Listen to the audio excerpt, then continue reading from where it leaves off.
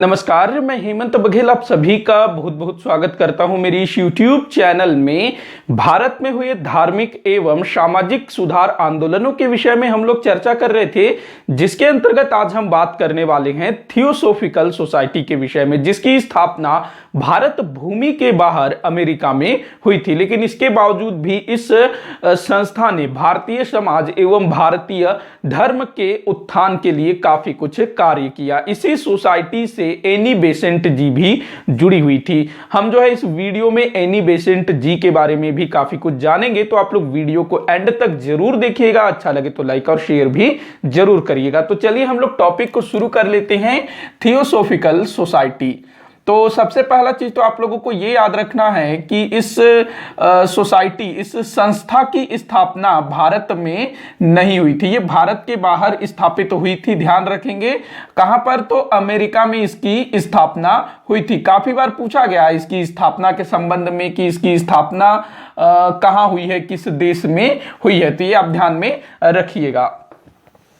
यहां जो थियोसॉफिकल शब्द है, जो थियोसॉफी, ये जो शब्द है ना थियोसॉफिकल, थियोसॉफी शब्द से बना है। और इस थियोसॉफी शब्द का मतलब होता है ब्रह्म विद्या। ब्रह्म विद्या, देखो जो ब्रह्म समाज के लोग थे, राजा राम मोहन राय जी थे, स्वामी दयानंद सरस्वती हो, कोई भी हो हमारे भारत के धार्मिक सामाजिक सुधारक, तो वो जो है ब्रह्म विद्या पर बल देते थे। तो इस सोसाइटी का नाम ही जो थियोसॉफी शब्द है उसका मतलब होता है ब्रह्म विद्या। मतलब कि ये लोग भी जो है भारतीय संस्कृति, भारतीय धर्म से काफी ज्यादा प्रभावित थे। सोसाइटी मतलब सभा, तो इसको थियोसॉफिकल सभा भी बोला जा सकता है। तो कब इसकी स्थापना हुई?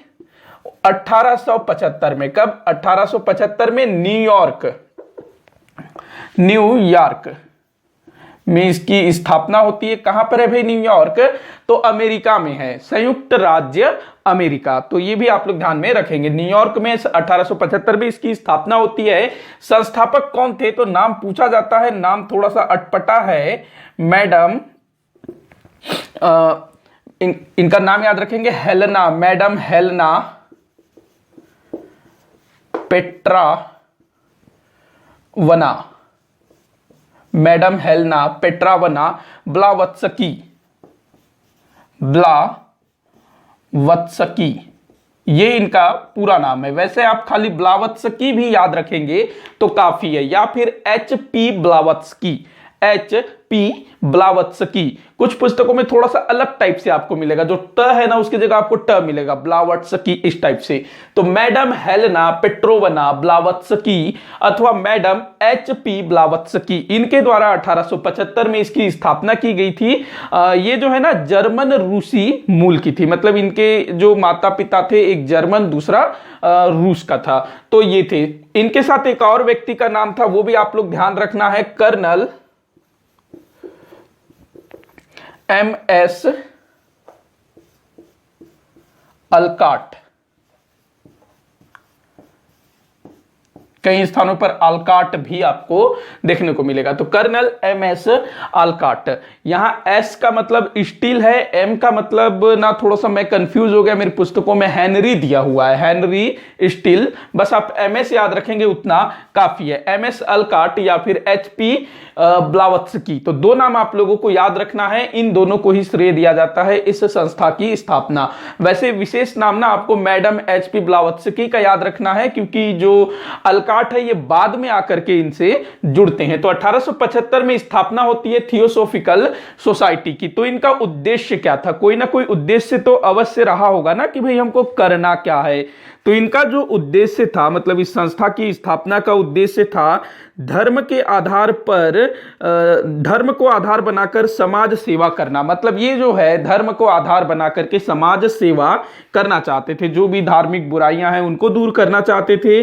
धार्मिक एवं भाईचारे की भावना को फैलाना, प्राचीन धर्म, दर्शन एवं विज्ञान के सहयोग से सुधार करना। तो ये सब इनके उद्देश्य से धर्म का मतलब धर्म को आधार बना करके ये लोग समाज में सुधार लाना चाहते थे, जैसे कि बाल विवाह हो, विधवाओं को विवाह करने का अधिकार न होना, दुनिया भर के कर्म कांड, जाति पाति, इन सब चीजों में सुधार लाना इनका उद्देश्य था। इसके अलावा ये जो है दुनिया में भाईचारे की स्थापना करना चाहते थे, जैसे कि स्वामी विवेकानंद जी, मैंने पिछले वाले वीडियो में स्वामी विवेकानंद जी के बारे में बताया कि वो भी जो है दुनिया भर के सभी धर्मों में एकता स्थापित करना चाहते थे। तो ठीक वैसा ही कुछ उद्देश्य थियोसॉफिकल सोसाइटी का भी था। अच्छा, यहां मैं एक और चीज बता दूं कि पिछले वाले वीडियो में मैंने बताया था स्वामी विवेकानंद जी 1893 में शिकागो विश्व धर्म सम्मेलन में भाग लेने जाते हैं। मैंने बताया था कि वहां उनका भाग लेने के पीछे जो मुख्य उद्देश्य था, 3-4 मैंने उद्देश्य बताए थे। उनमें से एक था कि उस समय के जो भारतीय नवयुवक थे, पढ़े लिखे नवयुवक, वो जो है अपने धर्म और संस्कृति को तुच्छ समझ करके वो पाश्चात्य संस्कृति को अपना रहे थे। तो जो विवेकानंद जी थे उनका ये मानना था कि वो जो है भारतीय युवाओं को ये बताना चाहते थे कि हमारी धर्म और संस्कृति को विदेशों में कितना मान सम्मान, कितना आदर प्राप्त होता है। तो ये एक तरह का उदाहरण है कि अमेरिका जैसे देश में, भाई अमेरिका जहां पर ईसाई रहते हैं, तो उनके द्वारा भारतीय धर्म एवं संस्कृति की रक्षा के लिए एक संस्था स्थापित किया गया। तो ये चीज था। तो जो स्वामी विवेकानंद बोलते हैं ना कि भाई हमारी धर्म और संस्कृति का बाहर के लोग काफी आदर करते हैं, तो ये इस चीज का एक उदाहरण है। देखिए, जिस समय अंग्रेज भारत में आए ना, 1600 ईस्वी में आए भारत में व्यापार करने, शुरुआत में तो व्यापार करते हैं, लेकिन जैसे ही वो भारत में सत्ता संभालना शुरू कर देते, शासक बन जाते हैं, 1757 प्लासी की लड़ाई के बाद, बक्सर का युद्ध, 1773 का रेगुलेटिंग एक्ट, तो क्या होता है कि जो अंग्रेज हैं उनका संपर्क भारत के तमाम वर्ग के साथ होता है। उस समय हालांकि वो बंगाल, बिहार, उड़ीसा तक ही सीमित थे, लेकिन वहां के सभी वर्गों के साथ उनका संपर्क होता है। और वो जो है उन्हीं में, मतलब जो अंग्रेज थे उन्हीं में से कुछ ऐसे लोग थे जो कि भारतीय धर्म और संस्कृति से काफी प्रभावित हो जाते हैं, और उसी का नतीजा था सन 1784 का Asiatic Society of Bengal. Asiatic Society of Bengal की स्थापना हुई थी ना 1784 में। तो इस सोसाइटी के जो सदस्य थे वो भारतीय प्राचीन संस्कृति, धर्म, साहित्य, इन सब चीजों का अध्ययन करते, उसको जानने की कोशिश करते। मतलब कि वो लोग जो हैं इन सब चीजों का काफी अध्ययन करते, खोज करते और जानने की इच्छा जागृत करते। उसी समय जो है गीता का अंग्रेजी में अनुवाद हुआ और भी बहुत कुछ हुआ। तो शुरुआत में भी अंग्रेज जो है भारतीय धर्म एवं दर्शन संस्कृति से काफी प्रभावित हुए।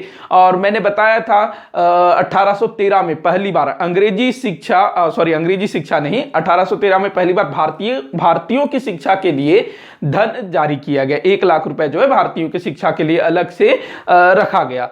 लेकिन उस पैसे को खर्च कहां करना है, मतलब कि भारतीयों को उनके देसी स्टाइल में पढ़ाना है कि पाश्चात्य तरीके से पढ़ाना है। तो इस चीज को लेकर के लंबा संघर्ष चला। बहुत सारे अंग्रेज इस पक्ष में थे कि हमको जो है भारतीयों की संस्कृति, उनकी जो प्राचीन साहित्य है, प्राचीन संस्कृति है, धर्म है, उसी को आधार बना करके हमको उनको शिक्षा देना चाहिए। उनके संस्कृति और साहित्य में जानने समझने लायक बहुत कुछ है सीखने के लिए। लेकिन वहीं दूसरा वर्ग ये था कि हमको जो है इनकी संस्कृति को जान करके, सीख करके, समझ करके क्या करना है, जो हम लोग हैं जैसे हैं हमारे यूरोप में, पश्चिम में, वही चीज हमको इनको पढ़ाना होगा। और वही पाश्चात्य शिक्षा के समर्थकों की वहां पर जीत हो जाती है। तो शुरुआत से ही काफी सारे जो विदेशी थे, यूरोपीय थे, अंग्रेज थे, वो भारतीय संस्कृति, भारतीय धर्म के प्रति काफी ज्यादा, मतलब उनके अंदर एक लालसा थी इस संस्कृति को जानने समझने की। तो कुछ कुछ वैसा ही जो है मैडम हेलेना पेट्रोवना और एमएस अल्काट, इनके अलावा और भी बहुत लोग थे जो भारतीय संस्कृति से काफी प्रभावित थे। तो स्थापना हो जाती है। उद्देश्य मैंने बताया। अच्छा, ये लोग जो है ना, इस सोसाइटी के जो लोग थे, जो सदस्य थे, ये ईश्वरीय ज्ञान को प्राप्त करने के लिए आत्मिक हर्षोन्माद और अंतर्ज्ञान के द्वारा ईश्वरीय ज्ञान को प्राप्त करना चाहते थे। देखिए मैंने क्या बोला, आप लोग लिख ही लेता हूं मैं। आत्मिक हर्षोन्माद, आत्मिक हर्षोन्माद। देखो ये आत्मिक हर्षोन्माद का क्या मतलब है। आत्मिक मतलब आत्मा, आत्मा मतलब कि एक अंतर्मन, अंदर से खुशी मिलनी चाहिए। हर्षोन्माद मतलब हर्ष मतलब खुशी, उन्माद मतलब क्या और बड़ा वाला खुशी। तो आत्मिक हर्षोन्माद के द्वारा साथ ही साथ अंतर्ज्ञान, अंतर्ज्ञान मतलब खुद को जानना। देखो ये सब चीजें जो है ना, वेदांत हो गया, आपका जो उपनिषद हो गया, वेद हो गया, उन सब चीजों से निकला है ना ये सब। तो अंतर्ज्ञान, इन सब चीजों के माध्यम से मतलब आत्मिक हर्षोन्माद और अंतर्ज्ञान, इनके माध्यम से ये जो है ईश्वरीय ज्ञान को प्राप्त करना चाहते थे। ये जो थियोसॉफिकल सोसाइटी के जो लोग थे, ये सांख्य दर्शन से काफी प्रभावित थे, उपनिषदों से काफी प्रभावित थे। जो एनी बेसेंट है ना, आगे आएंगे एनी बेसेंट, उन्होंने भगवत गीता का अनुवाद किया था। जो श्रीमद् भगवत गीता है उसका अनुवाद किया था उन्होंने। तो काफी सारे ग्रंथ लिखे थे, 200 के करीब बताया जाता है, जिनमें से काफी सारे उपनिषद भी है, काफी कुछ उन्होंने लिखा था एनी बेसेंट, जिन्हें आगे मैं बताऊंगा। तो आत्मिक हर्षोन्माद एवं अंतर्ज्ञान के द्वारा ईश्वरीय ज्ञान को प्राप्त करना इनका उद्देश्य था। ये आप लोग ध्यान में रखेंगे, ये पूछा जा सकता है। देखो ऐसे ही नहीं है, ये पूछा जा सकता है कि ये ज्ञान की प्राप्ति किस तरह से करना चाहते हैं। तो इस तरह से, जैसे कि इसके पहले जैसे कि स्वामी दयानंद सरस्वती जी थे, रामकृष्ण परमहंस जी थे, जिन्होंने तपस्या किया था। मैंने बताया था ना कि इन्होंने अलग अलग तरीके से तपस्या की, साधना की, उसके बाद इनको जो है ज्ञान की प्राप्ति हुई। वैसे ही प्राचीन समय में जैसे गौतम बुद्ध हो गए, महावीर स्वामी जी हो गए, इन्होंने भी तपस्या की थी, साधना की थी, उसके बाद उनको ज्ञान की प्राप्ति हुई। तो थियोसॉफिकल सोसाइटी वाले बोलते हैं कि भाई हम जो है ईश्वरीय ज्ञान को कैसे प्राप्त करेंगे,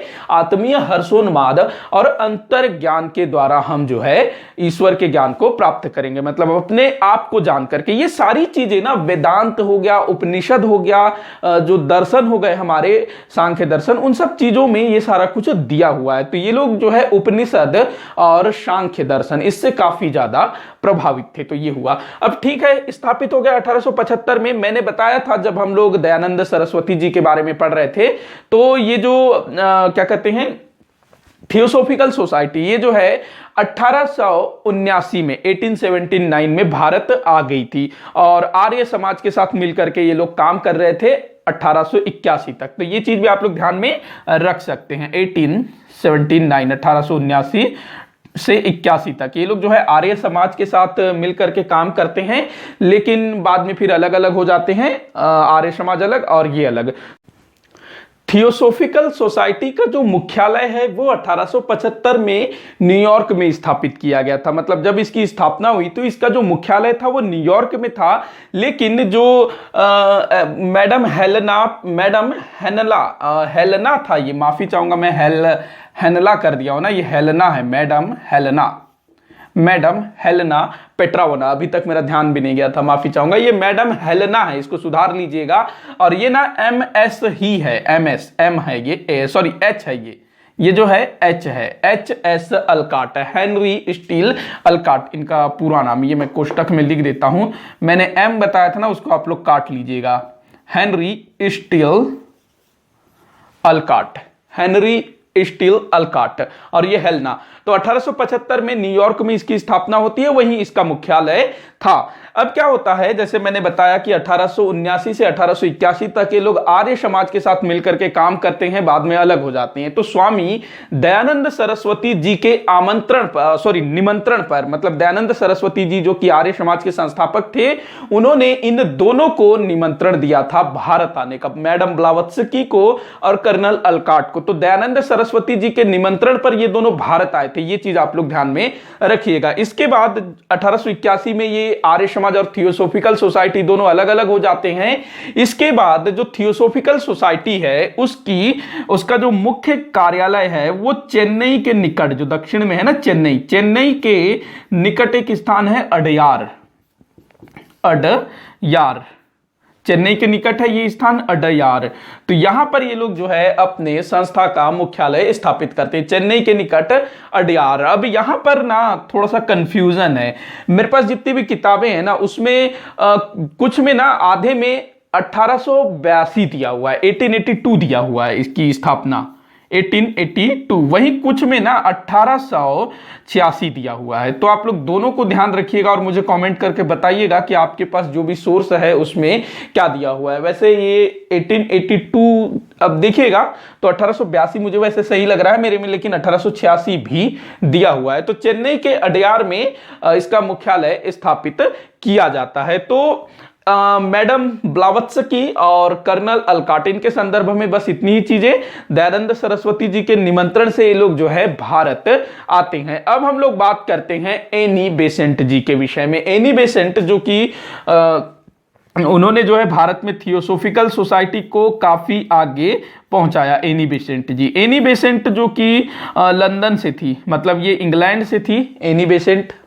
तो इनका जो जन्म हुआ था एनी बेसेंट जी का, ये 1847 में इनका जन्म हुआ था। 1847 में इनका जन्म हुआ था, ये भी आप लोग ध्यान में रखिएगा, पूछा जा सकता है।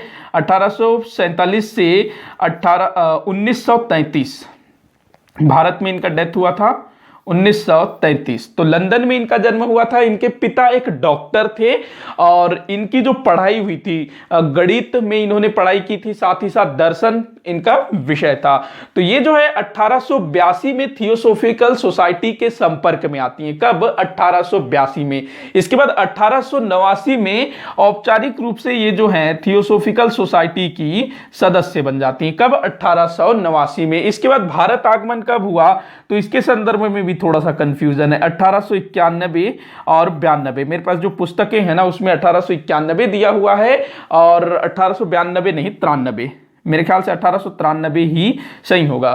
तो देखिए मेरे पास जो पुस्तकें हैं ना उसमें दोनों में ऐसे ही दिया हुआ है, ये चीज वैसे दिया है और ये चीज वैसे ही दिया है। आप लोग बताइएगा आपके पास जो भी किताबें हैं उसमें क्या दिया हुआ है। वैसे मैं इसको चेक करूंगा किसी पेपर में अगर ये क्वेश्चन पूछा गया है और क्या आंसर लिया गया है। वैसे 93 मुझे सही लग रहा है ये, और यहां पर 82 सही लग रहा है। तो देखिएगा, तो 1891 अथवा 1893 में मैडम एनी बेसेंट जो है भारत आती हैं। शुरुआत में ये जो है बनारस अर्थात वाराणसी वहां पर रहती हैं शुरुआत में, और वहीं पर रह करके इन्होंने 1898 में बनारस में इन्होंने जो है 1898 में एक स्कूल की स्थापना की थी। स्कूल या फिर कॉलेज, सेंट्रल हिंदू कॉलेज, ध्यान रखेंगे, सेंट्रल हिंदू कॉलेज की इन्होंने स्थापना की। कब? 1898 में। और यही सेंट्रल हिंदू कॉलेज आगे चल करके बनारस हिंदू विश्वविद्यालय के नाम से विख्यात हुआ। तो सेंट्रल हिंदू कॉलेज, ध्यान रखना, सेंट्रल हिंदू कॉलेज, इसकी स्थापना किसने की थी? तो एनी बेसेंट जी ने 1898 में। यही आगे चल करके 1916 में यही जो है बनारस हिंदू विश्वविद्यालय के रूप में अस्तित्व में आया। महामना मदन मोहन मालवीय जी को इस हिंदू विश्वविद्यालय की स्थापना का श्रेय जाता है। वैसे वहां जो कॉलेज था उसकी स्थापना 1898 में सेंट्रल हिंदू कॉलेज के नाम से एनी बेसेंट जी के द्वारा किया गया था। एनी बेसेंट जी का विवाह भी हुआ था। इन्होंने अपने हस्बैंड को तलाक दे दिया, मतलब इनके काम को वो सपोर्ट नहीं करते रहे होंगे तो इन्होंने तलाक दे देना ही उचित समझा। इसके बाद देखिएगा सन 1907 में क्या हुआ, ये जो कर्नल HS अल्काट अर्थात कर्नल हेनरी स्टील अल्काट, इनकी मृत्यु हो जाती है। कब? 1907 में। तो अब ऐसी स्थिति में अब ये जो एनी बेसेंट है इनको थियोसोफिकल सोसाइटी का अध्यक्ष बनाया जाता है। कब? 1907 में। तो थियोसोफिकल सोसाइटी की एनी बेसेंट कब मुखिया या हेड या अध्यक्ष बनी? तो 1907 में, इसको ध्यान रखिएगा। अब देखिए जो एनी बेसेंट थी इनके विषय में एक चीज और बताना था जो छूट गया। एनी बेसेंट ना शुरू से ही उनको भारतीय संस्कृति में काफी रुचि थी, मतलब जब उन्होंने भारतीय संस्कृति को जाना होगा तो उससे वो काफी आकर्षित हुई, क्योंकि भाई ये तो विदेशी महिला थी ना, तो ऐसा तो है नहीं कि वो जन्म से जाने, लेकिन जब वो पढ़ना लिखना शुरू किया, जब उन्होंने भारतीय संस्कृति को पढ़ा तब काफी आकर्षित हुई। और जब वो भारत आती है ना तो अपने आप को पूरी तरह से भारतीय बना लेती है। वेशभूषा, पहनावा, रहन सहन सब कुछ इनका भारतीयों की तरह ही था। अब देखिए 1907 में ये बन गई अध्यक्ष। इसके बाद इन्होंने काफी कुछ काम किया भारत में रहते हुए। अच्छा, आयरलैंड में होम रूल लीग आंदोलन चला था, तो उसी तर्ज पर इन्होंने भारत में सन 1916 में होम रूल आंदोलन चलाया था, होम रूल लीग। कब? 1916 में। और यहां पर इनका साथ दिया था बाल गंगाधर तिलक जी ने, ध्यान रखिएगा। तो 1916 में होम रूल लीग आंदोलन इन्होंने चलाया था। दक्षिण में जो एनी बेसेंट है वो सक्रिय थी, क्योंकि चेन्नई के अडयार में इनका मुख्य कार्यालय था, तो उस तरफ का एरिया एनी बेसेंट जी ने देखा होम रूल लीग आंदोलन के समय। और वहीं मध्य भारत की जिम्मेदारी अपने बाल गंगाधर तिलक जी के ऊपर था। तो ये 1916 की बात है। इसके बाद 1917 में क्या हुआ था, तो जो एनी बेसेंट थी, इन्होंने कांग्रेस की कलकत्ता अधिवेशन की अध्यक्षता की थी। ध्यान रखेंगे, सन 1917 में कांग्रेस के कलकत्ता अधिवेशन की अध्यक्षता की एनी बेसेंट, और ऐसा करने वाली वो पहली महिला बन जाती हैं। लेकिन वहीं अगर आपसे पूछा जाए पहली भारतीय महिला जिन्होंने कांग्रेस की अध्यक्षता की थी, वो थे सरोजनी नायडू जी, जिन्होंने कानपुर अधिवेशन की अध्यक्षता की थी। तो 1917 में इन्होंने जो है कांग्रेस के अधिवेशन की अध्यक्षता की थी, कलकत्ता में हुआ था। अच्छा, जब 1920 में महात्मा गांधी जी ने असहयोग आंदोलन चलाया था ना, तो एनी बेसेंट जी ने उस आंदोलन का समर्थन नहीं किया था। देखिए, काफी सारे नेता थे जो उदारवादी नेता थे ना, उन्होंने महात्मा गांधी जी के असहयोग आंदोलन का समर्थन नहीं किया था। तो उन्हीं में से एक एनी बेसेंट जी भी थी। इसके बाद इन्होंने और भी काफी सारे काम किए भारत में। जो भी कुप्रथाएं प्रचलित थी ना, जैसे कि जाति पाति हो, बाल विवाह हो, विधवाओं को विवाह का अधिकार न होना, भले इन सब चीजों पर कानून बन गया था, लेकिन इन सब के बावजूद भी लोगों की जो मानसिकता थी वो अब भी नहीं बदली थी। देखो, आज भी है ना, काफी सारे कानून बने हुए हैं, नियम बने हुए हैं, लेकिन हम उन सब चीजों का उनका पालन नहीं करते। चाहे वो सड़क में चलना हो, कुछ भी हो, हेलमेट पहन के चलना है, अपनी साइड पर चलना है, सिग्नल पर रुकना है, ये सारा कानून बना हुआ है, नियम बना हुआ है, लेकिन हम इन सब चीजों का पालन नहीं करते, क्योंकि हमारी मानसिकता वैसी नहीं है। तो उस जमाने में भी ऐसा ही था। हालांकि आज जो है बाल विवाह, ये जो कुप्रथाएं हैं समाप्त हो चुकी है, क्योंकि हमारी मानसिकता ने उस चीज को मिटा दिया। तो हमारे मन में कोई चीज बैठ जाता है ना कि भाई क्या होता है, चलता है वाला जो हिसाब होता है वो जल्दी नहीं मिटता है, धीरे धीरे मिटता है। तो बाल विवाह भी काफी दिनों तक, काफी समय तक हमारे दिमाग में भरा रहा कि बाल विवाह ठीक है, छोटे छोटे उम्र में बच्चों का विवाह कर देना चाहिए, विधवा को दोबारा विवाह करने का अधिकार नहीं होना चाहिए, किसी व्यक्ति की मृत्यु हो तो उसके साथ उसके पत्नी को जलाना चाहिए, ये हमारी मानसिकता थी। तो ये चीजें जो है धीरे धीरे मिटी। और अभी दूसरी चीजें हैं हमारे अंदर, घर किए हुए है, कभी ना कभी ये भी मिटेगी। तो उस टाइम पे जो भी कुप्रथाएं थी ना, उनका इन्होंने विरोध किया, लोगों की मानसिकता को बदलने का प्रयास किया। शिक्षा पर इनका विशेष योगदान था। जैसा कि मैंने बताया, बनारस में सेंट्रल हिंदू कॉलेज की इन्होंने स्थापना की थी। अच्छा, इनके द्वारा कुछ पत्र पत्रिकाओं का संपादन किया गया था, जो अक्सर पूछा जाता है, तो उसको आप लोग याद रखिएगा। एक याद रखना है आप लोगों को, न्यू इंडिया, मैं लिख दूं क्या, ऊपर मिटा देता हूं मैं, न्यू इंडिया। आप लोगों ने स्क्रीनशॉट ले लिया होगा अगर जिसको लेना था। तो न्यू इंडिया काफी बार पूछा गया है कि न्यू इंडिया किसकी पत्रिका है, तो ये एनी बेसेंट जी द्वारा निकाला जाता था। उसके बाद देखिएगा, द कॉमनवेल काफी बार पूछा गया है। द कॉमनवेल ये भी जो है एनी बेसेंट जी की पत्रिका थी। उसके बाद लुसिफर ये भी जो है एनी बेसेंट जी की एक पत्रिका थी। तो इन पत्रिकाओं के माध्यम से ये जो है अपने विचार लोगों तक पहुंचाया करती थी। अगर मैं थियोसॉफिकल सोसाइटी की बात करूं तो ये जो है भारत में जो धार्मिक सुधार करने में उतनी ज्यादा सफल नहीं रही। मतलब कि धार्मिक क्षेत्र में जो ये सुधार करना चाहते थे उसमें इनको उतना ज्यादा सफलता नहीं मिला जितना कि सामाजिक सुधार कार्यों में। और इनका जो अधिकतर ध्यान था ना, धार्मिक सुधारों में उतना नहीं था, वो सामाजिक सुधार में ही ज्यादा ये लोग ध्यान देते थे। इसके अलावा थियोसॉफिकल सोसाइटी की एक और महत्वपूर्ण योगदान था, वो था भारतीयों के मन में राष्ट्रीयता की भावना को जागृत करना। जैसे कि खुद एनी बेसेंट, उन्होंने होम रूल लीग आंदोलन को चलाया, सेंट्रल हिंदू कॉलेज की स्थापना की। 1917 में इन्होंने कांग्रेस की अध्यक्षता की, कांग्रेस के अधिवेशन की अध्यक्षता की थी। तो ये सभी चीजों से कहीं ना कहीं भारतीयों में राष्ट्रीय भावना को जागृत कराने में काफी योगदान दिया। तो ये सारा कुछ आप लोग ध्यान रखिएगा थियोसॉफिकल सोसाइटी और एनी बेसेंट जी के विषय में। इससे ज्यादा परीक्षाओं में नहीं पूछा जाता है। अगर कोई भी दूसरा चीज अगर मुझको पता चलता है तो मैं आप लोगों को जरूर अपडेट करूंगा। तो आज का जो टॉपिक है यहीं पर समाप्त होता है। आप लोग मुझे कमेंट करके बताइएगा कि टॉपिक आप लोगों को कैसा लगा। कुछ भी डाउट हो तो आप लोग जरूर लिखिएगा ताकि मैं उसको सॉल्व कर सकूं।